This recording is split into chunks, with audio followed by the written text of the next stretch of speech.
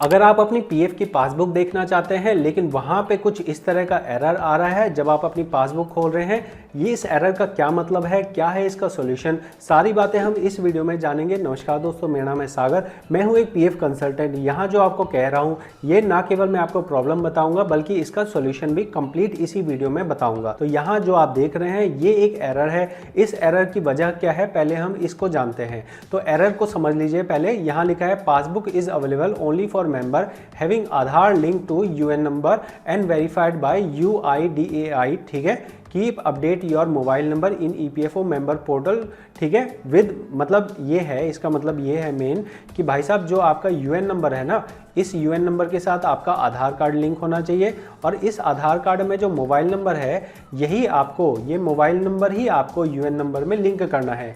तो ये एरर आपको तब आता है जब आपका आधार कार्ड या तो UN नंबर से लिंक नहीं है या फिर जो मोबाइल नंबर है, मोबाइल नंबर आपने UN में कोई और लगा रखा है, तभी आपको ये एरर आएगा। तो आपको सिंपल सा इसका काम ये करना है कि अगर आपने अपने आधार कार्ड में कोई करेक्शन कर ली है तो अब आपको जॉइंट डिक्लेरेशन फॉर्म भर के अपना जो नया आधार कार्ड है उस आधार कार्ड के हिसाब से अपने पीएफ रिकॉर्ड में चेंज करना पड़ेगा।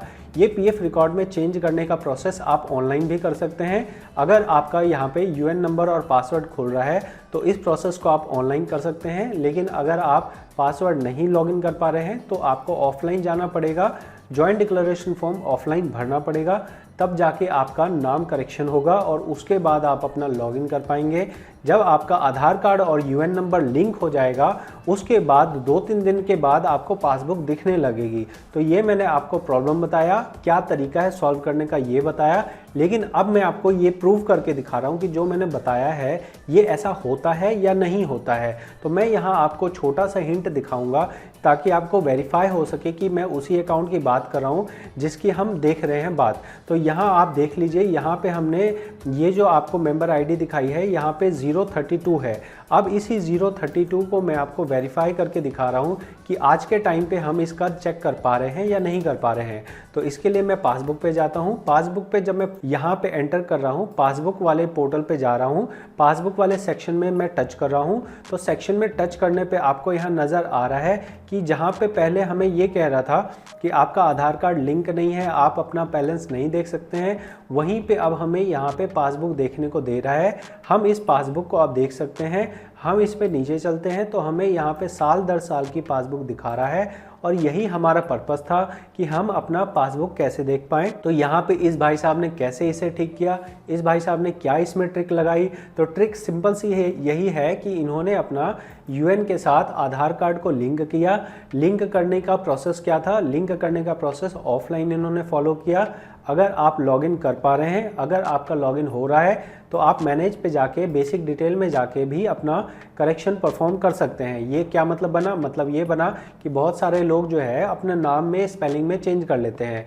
अगर नाम स्पेलिंग में चेंज कर लिया, आपका लॉगिन हो पा रहा है तो नया नाम यहाँ डालिए, नया डेट ऑफ बर्थ यहाँ डालिए, अपडेट के लिए रिक्वेस्ट लगाइए। वो रिक्वेस्ट जाएगी पहले कंपनी में, उसके बाद जाएगी पीएफ ऑफिस में। पीएफ ऑफिस जब कर देगा तब जाके आपका यूएन के अंदर अपडेट हो जाएगा और जब यूएन के अंदर अपडेट हो जाएगा उसके बाद 2-3 दिन बाद आपको आपकी बैलेंस दिखने लगेगा, एंट्रीज दिखने लगेंगी।